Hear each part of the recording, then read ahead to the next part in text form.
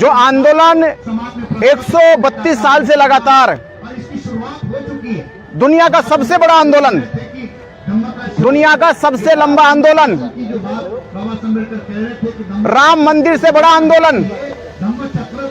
राम मंदिर का आंदोलन तो भारत का था। महाबोधि महाविहार का आंदोलन ये पूरी दुनिया का आंदोलन है, क्योंकि ये आंदोलन इसलिए दुनिया का है क्योंकि इस स्थान पर सिद्धार्थ गौतम ने जब 29 साल की आयु में घर छोड़ा तो 6 साल तप ध्यान साधना करने के बाद बोध गया की पावन धरती पर उनको बुद्धत्व प्राप्त हुआ। वो बुद्धत्व प्राप्त की पावन धरती आज ब्राह्मणों के कब्जे में है, आज हिंदुओं के कब्जे में है। पूरी दुनिया में बौद्ध है, पर बौद्धों के पास बौद्धों का महाविहार नहीं है। अगर हमें लगा कि हम इसको बचा सकते हैं, हम इसको मुक्त करा सकते हैं, उसके लिए हमारी जान चली जाए, हमें जेल में डाल दिया जाए, हम हर एक जुल्म सहन करने को तैयार है, पर महाबोधि महाविहार मुक्त होना चाहिए। जिसकी लड़ाई धरना प्रदर्शन से 12 फरवरी से शुरू हो गई थी और ये लड़ाई का टारगेट 12 मई तक, वैशाख पूर्णिमा बुद्ध पूर्णिमा के पर्व तक दुनिया भर के भारत के लोग बोध गया की धरती पर आ रहे हैं। बोध गया की धरती पर एक इतिहास लिखने जा रहा है कि जहां बुद्ध ने ज्ञान प्राप्त करके दुनिया को जगाया, जिस स्थान से जगाया वो स्थान अंधेरे में है, वो स्थान कैद में है। आज जिम्मेदारी है उन सभी बौद्धों की, पूरे बौद्ध भिक्षु समाज की, जिन्होंने बुद्ध के ज्ञान को प्राप्त कर ये ऊर्जा, ये शक्ति निर्माण की है। आज वो उस अंधकार में पड़े महाविहार को प्रकाश में लेकर आए और प्रकाश में लाने की तारीख निश्चित हो चुकी है 12 मई। हमने आह्वान कर दिया है कि 20 अप्रैल से दिल्ली से बोध गया की हजारों लोगों के साथ पदयात्रा हम लोग शुरू कर रहे हैं। ये पदयात्रा दिल्ली से शुरू होकर बोध गया पहुंचेगी और जगह जगह बड़ी बड़ी जनसभाएं करेगी। जिन जनसभाओं का असर ये होगा कि देश के हर एक कोने से, दुनिया के हर एक कोने से बुद्ध को अपने शास्त्रा मानने वाले, बुद्ध को तथागत मानने वाले, बुद्ध के ज्ञान से अपने आप को ऊर्जावान बनाने वाला बौद्ध समाज, वो पैदल की यात्रा, बाइक से यात्रा, कारों से यात्रा, ट्रेन से यात्रा, बसों से यात्रा, वो हर माध्यम से यात्रा करनी शुरू करेगा। और 11-12 मई को बोध गया की धरती बौद्ध में हो जाएगी। और फिर हम कहेंगे सरकार से कि जो सरकार कह रही थी कि इनकी संख्या कम है, इन्होंने संख्या देखी है। 2 अप्रैल आंदोलन देखा, देश का प्रधानमंत्री हिल गया। तो बिहार सरकार से कह रहे हैं हम कि 11-12 मई को भारत का हर एक बौद्ध समाज, भारत का पूरा बहुजन समाज बोध गया की धरती पे आ रहा है। और जो वर्षों से बौद्ध विहार ब्राह्मण और हिंदुओं के कब्जे में है, जिस पर बीटी एक्ट 1949 बनाकर अब एक तरीके से कब्जा कर रखा है, उसे कब्जा मुक्त कराया जाएगा। उसे महाबोधि महाविहार के उपासकों को, बौद्ध भिक्षुओं को सौंपा जाएगा। और मैं आपसे यही अपील कर रहा हूं, जिन लोगों ने इस वीडियो को देखा कि किस तरह से ब्राह्मण पंडितों के साथ हमारा वार्तालाप हुआ है, किस तरह से उनके साथ हमारी चर्चा हुई है, उन्होंने उसके खिलाफ हमारे जाके मुकदमे दर्ज कराए, जेल भिजवाने की तैयारी करी। पर हम डरने वाले नहीं हैं। हम फिर भी कह रहे हैं कि बोध गया को बुद्ध पूर्णिमा तक आजाद करा लेना है। और ये आजादी होगी जब आप अपने घर से निकलेंगे, अपने शहरों से निकलोगे, अपने राज्यों से निकलोगे और 11-12 मई को लाखों की संख्या बोध गया में पहुंच जाए। कुछ नहीं बनते जी, महाविहार को बचाते बचाते खुद कानूनी शिकंजे में फंस गए हैं आप।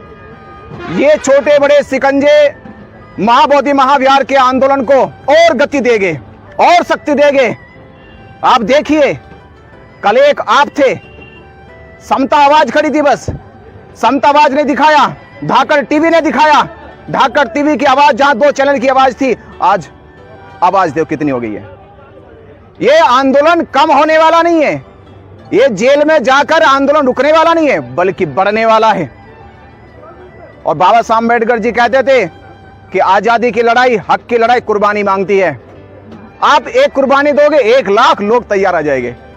एक जेल जाएगा, 100 लोग जेल का ताला तोड़ के बाहर आ जाएंगे। तो वो बात कह रहे हैं कि तुम मुझे खून दो, मैं तुम्हें आजादी दूंगा। सुभाष चंद्र बहुत वाली भाषा बात कर रहे हैं आप तो। नहीं, हम ये कह रहे कि आप साथ दो, महाबुद्ध विहार हम आजाद देंगे। आप साथ दो, बस साथ चाहिए, क्योंकि हमारा आंदोलन शांति का आंदोलन, मैत्री का आंदोलन है। पर हम 2 चीज जिक्र करेंगे, बुद्ध की शांति और अशोक की क्रांति भी हमारे साथ है। हिंसा कराओगे देश में? क्रांति का मतलब हिंसा नहीं है, बदलाव है। मारकाट कराओगे? बदलाव है।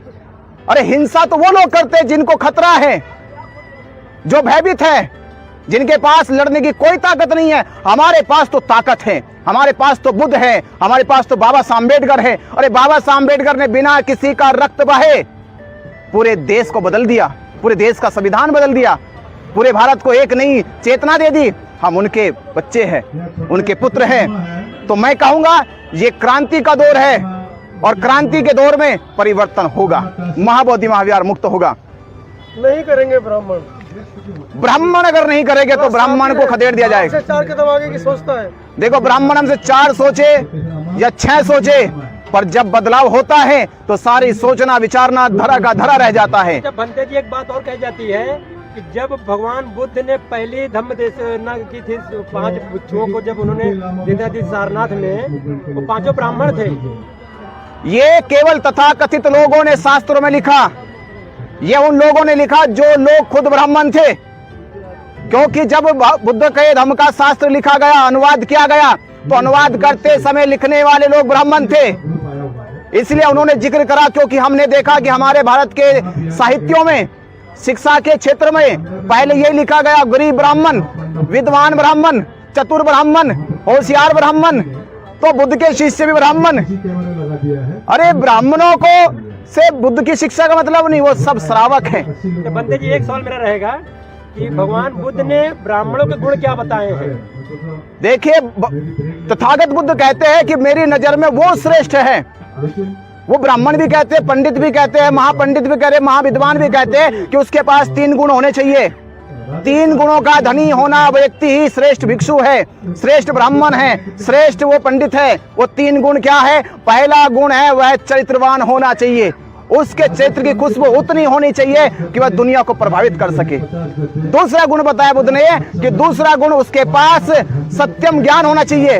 सत्यम ज्ञान जो उसने खोजा हो, जो उसने पाया हो, जो उसने प्राप्त किया हो, तोता वाला ज्ञान नहीं कि रट लिए शास्त्र, रट रट के कथा कहानियां सुनाने लगे। संबोधि का ज्ञान होना चाहिए, वह श्रेष्ठ ब्राह्मण है, वह श्रेष्ठ भिक्षु है। और तीसरा उसका श्रेष्ठ आचरण और व्यवहार होना चाहिए। इन 3 गुणों का धनी व्यक्ति ही दुनिया का श्रेष्ठतम ब्राह्मण है, दुनिया का श्रेष्ठतम पंडित है, दुनिया का श्रेष्ठतम बौद्ध भिक्षु है। मतलब आप साफ साफ कहना चाहते हैं कि जो ब्राह्मण है ये सब फर्जी और ढोंगी, ये सब फर्जी है। और 3 गुणों का मानक है, ये पैमाना लगाइए, कसौटी लगाइए, 3 गुणों में परिपूर्ण हो जाए वही श्रेष्ठ है। भांते जी, आप हजारों साल से यहाँ बौद्ध भिक्षु लोग रहते हैं, किस कारण से अभी तक आप पिछड़े रह गए? जो आपका पूरा जहाँ पे ज्ञान प्राप्ति हुआ बुद्ध का, उस जगह पे भी आप नजर नहीं आते हैं। देखिए, नजर आए नहीं आए ये सवाल है। तथागत बुद्ध ने कहा था कि चरित भिक्खवे भोजनताय भोजन सुखाय लोकान कंपाय, यानी चारिका करते रहो, प्रचार करते रहो, बातों को फैलाते रहो, संसार के हर एक व्यक्ति से जुड़ो। वो काम सबसे पहले किनका था? बौद्ध भिक्षुओं का था। और आज के दौर में वो काम किनका? वो मीडिया का है। वो काम आज मीडिया का आप लोगों का है। और मैं आपसे कह रहा हूँ, ये मीडिया के लोगों ने मीडिया के ऊपर आरोप लगा रहे नहीं, बनते जी आपसे बात करूंगा, मैं आरोप नहीं लगा रहा, मीडिया से कह रहा हूँ अपनी, कि मेरी मीडिया के लोगों ने जैसे वो लोग दिखाते अपने बाबाओं को, अपने संतों को, आप एक हफ्ते में एक वीडियो लगाते, बौद्ध भिक्षु का एक वीडियो लगाते, बौद्ध भिक्षु का एक इंटरव्यू लगाते, बौद्ध धर्म का एक इंटरव्यू लगाते। मैं कहता हूँ कि आपके प्रयास से ही, आपकी इस कोशिश से ही भारत बौद्ध में हो जाता। भदोही से चल करके 80 लोग आए हुए हैं, एक को गिरफ्तार कर लिया है पुलिस ने। 80 लोग हमारे डिस्टर्ब है, कृपया उनके लिए कुछ किया जाए। अब आप देख रहे, सुन रहे, आप पूरी पुलिस ने हमारे आने वाले लोगों को एक आदमी गिरफ्तार कर लिया। पर ये घबराने की जरूरत नहीं है। अरे भाई जेल ही तो जाना है, जेल ही तो जाना है। तथागत ने कहा सर फूट जाए तो धर्म का प्रचार करना बंद मत करना, आपके ऊपर तलवार खड़ी हो जाए तो धर्म का प्रचार करना बंद मत करना, आपकी जान भी चली जाए तो धर्म का प्रचार करते हुए डिगना मत, निरंतर करते रहना। हम वो हौसला लेके खड़े हैं। जेल डालो, मुकदमे लगाओ, मार दो, गोली चलाओ, डंडे चलाओ, तलवार चलाओ, पर यह आंदोलन चलता रहेगा जब तक मां बोधि महाविहार मुक्त ना हो जाए।